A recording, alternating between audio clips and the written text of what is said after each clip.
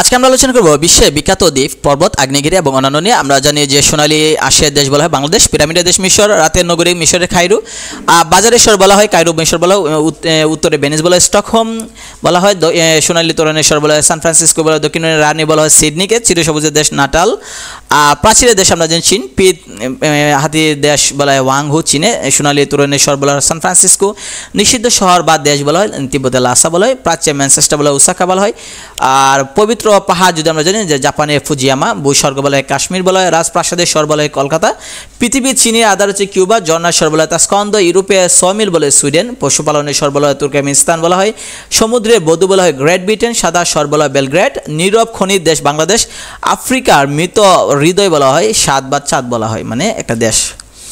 তো আমরা যদি খেয়াল করি বিভিন্ন দেশের মানে উপনাম বা জায়গার উপনাম যদি আমরা খেয়াল করে দেখি, যে যেমন নিমজ্জমান নগরী বলা হয় নেদারল্যান্ডসে হ্যাগ শহরটাকে, পৃথিবীর কুয়াশায় কেন বলা হয় আমেরিকা শিকাগো শহরকে, বাতাসের শহর বলা হয় বা উদ্যানের শহর বলা হয় শিকাগো, রাজপ্রাসাদের শহর বলা হয় বা নগর বলা হয় কলকাতা, দ্বীপের নগরী বলা হয় ইতালির ভেনিস, আর নিঃসব বা শান্ত সড়ক বলা হয় ইতালির ভেনিস, আদ্রিয়াতিকের রানী বা দইতা বলা হয় ভেনিস, পূপের শহর বলা হয় রোম বলা হয়, দ্বীপের মহাদেশ বলা হয় ওশেনিয়া বা অস্ট্রেলিয়া, চীনের দুঃখ বলা হয় পিত নদী বা ওয়াংহু নদী, চীনের নীলনদ বলা হয় ইয়াংসিকিয়াং।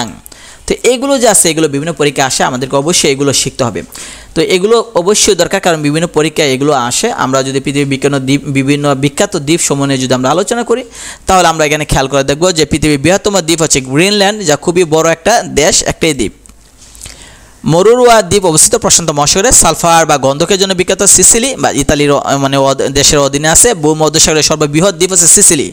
এশিয়া তথা পৃথিবীর তৃতীয় বৃহত্তম দ্বীপ হচ্ছে বর্নিও, অপর নাম হচ্ছে কালিমান্তান।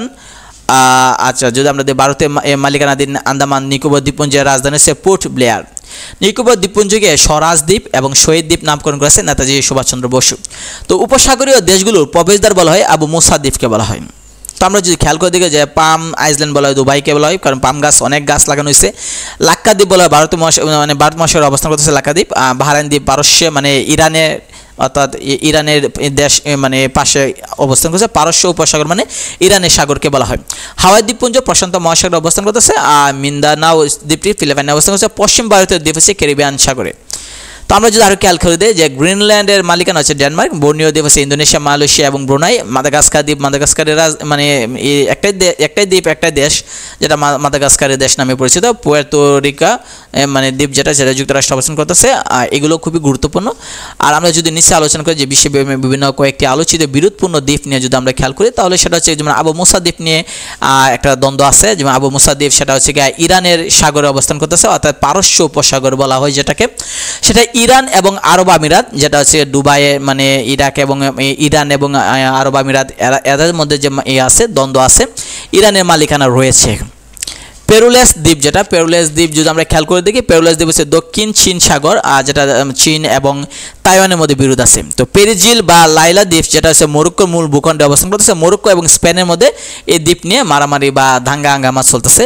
সাত ইল আরব, যারা পারস্য সাগর মানে ইরানের সাগর অবস্থান করছে, ইরাক এবং ইরানের মধ্যে নিয়ে দ্বন্দ্ব আছে যে মালিকানা নিয়ে কে মালিকানা হবে। গুয়াম প্রশান্ত মহাসাগরে অবস্থান করছে। কুরিল দ্বীপপুঞ্জ জাপান সাগরে অবস্থান করছে, রাশিয়া এবং জাপানের মধ্যে বিরোধ আছে। শাকালিন প্রশান্ত মহাসাগরে অবস্থান করতেছে, রাশিয়া এবং জাপানের মধ্যে আছে বিরোধ আছে। আর আমরা যদি এদিকে খেয়াল করি যে স্প্র্যাটলি দ্বীপপুঞ্জ, যারা দক্ষিণ চীন সাগরে, যারা চীনের অধীনে, চীন এবং ভিয়েতনামের মধ্যে নিয়ে দ্বন্দ্ব আছে। আরও অনেক আছে, যেমন সেন্ট আলবা ভূমধ্যসাগর অবস্থান আছে ইতালি, মানে ইতালির মালিকানাধীন এই দ্বীপে 1814 সালে আমরা জানি নেপোলিয়নকে দিয়েছিল, মানে নির্বাসন করা হয়েছিল। তো আমরা জানি সেন্ট হেলেনা, যেটা ব্রিটেনের অধীনে অবস্থিত, নেপোলিয়নের মৃত্যু হয়েছিল। দিয়াগো গার্সিয়া, যারা ভারত মহাসাগরে অবস্থান করতেছে। সেন্ট কর্সিকা গুয়ান্তানামো, যেটা আটলান্টিক মহাসাগর হচ্ছে কিউবার মালিকানা, এখনও মার্কিন নৌঘাঁটি রয়েছে। তারপর আমরা যদি আরেক উকিনাওয়া, পার্ল হারবার, যেটা বালি দ্বীপ, যেটা আমরা জানি ইন্দোনেশিয়ার একটা বিখ্যাত একটা দ্বীপ, বালি দ্বীপ, যা ভারত মহাসাগরে অবস্থান করতেছে। আর এই দ্বীপে মানুষ পর্যটন হিসেবে অনেক মানুষ মানে আসে এখানে পর্যটন হিসেবে।